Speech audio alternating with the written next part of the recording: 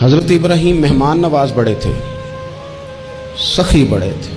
حضرت ابراہیم علیہ السلام کے بارے میں نبی پاک صلی اللہ تعالیٰ علیہ وسلم نے فرمایا، سب سے پہلے جس بندے نے کسی کی مہمان نوازی کی تھی نا، وہ حضرت ابراہیم علیہ السلام ہے۔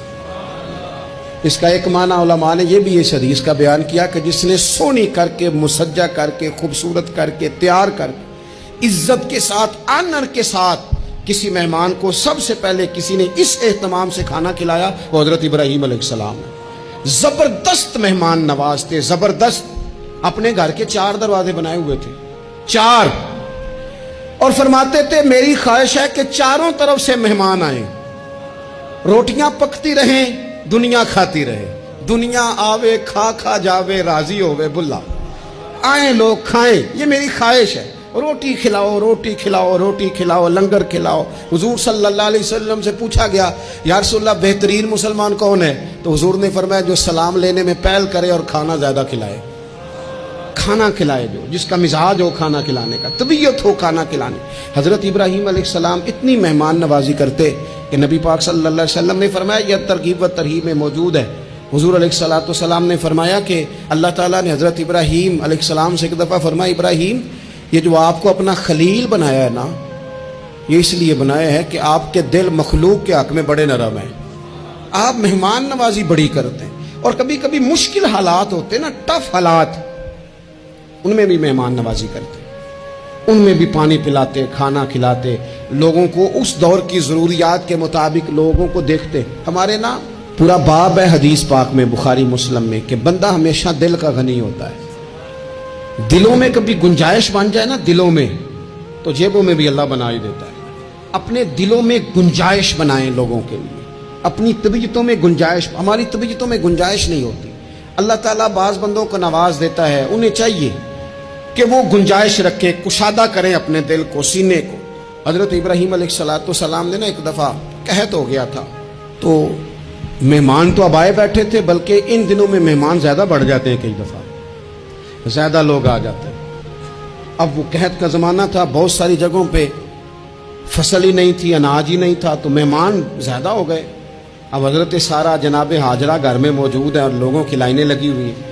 حضرت ابراہیم علیہ السلام کا مصر میں ایک دوست تھا، حضرت حکیم الامت نے اس کو لکھا ہے، آپ نے نا اس کو کچھ سامان بھیجا، بوریاں بھیجی، فرمایا یار تیرے پاس گندم ہے تو ذرا گندم کی بھر دے بوریاں، مہمان بڑے آ گئے ہیں، روٹی کھلانی ہے لوگوں کو۔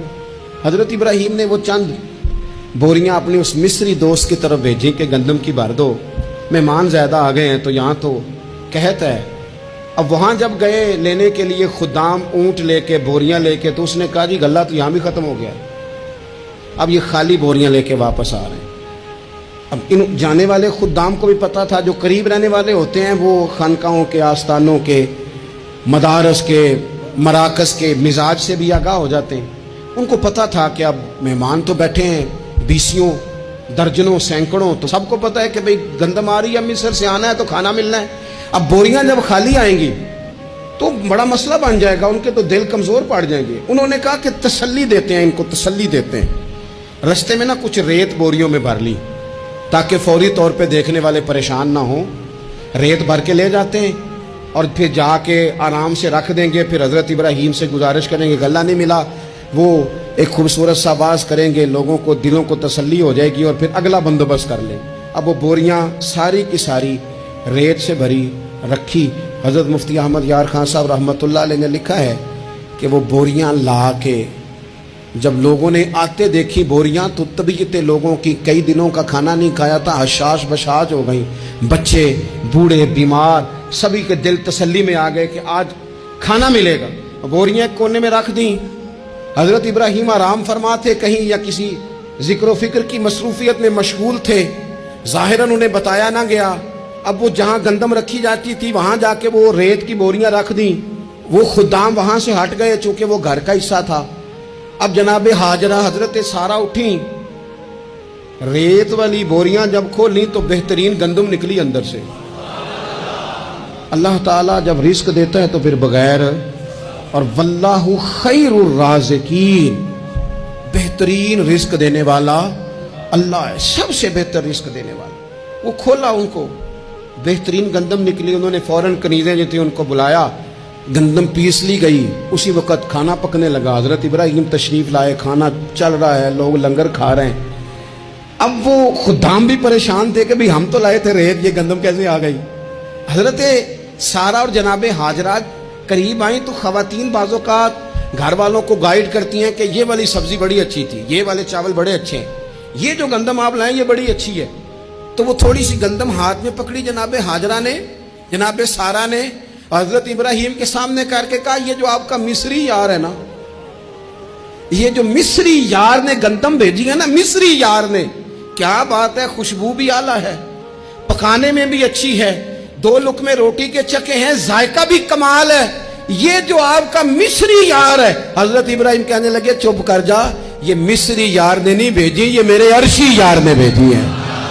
واتخذ اللہ ابراہیم خلیلا, وہ جس نے کہا نا ہم نے ابراہیم کو گہرا دوست بنا لیا ہے, یہ اس نے بھیجی ہیں. اس کو پتا تھا کہ جناب خلیل نے کوئی ذات کے لیے نہیں منگائی, اسی کی مخلوق کے لیے منگائی ہے, تو یہ عرشی یار نے بھیجی ہے, عرشی یار نے. اور فرمایا جب عرشی یار بھیجے تو پھر کسی قسم کی کوئی کمزوری باقی رہتی نہیں ہے.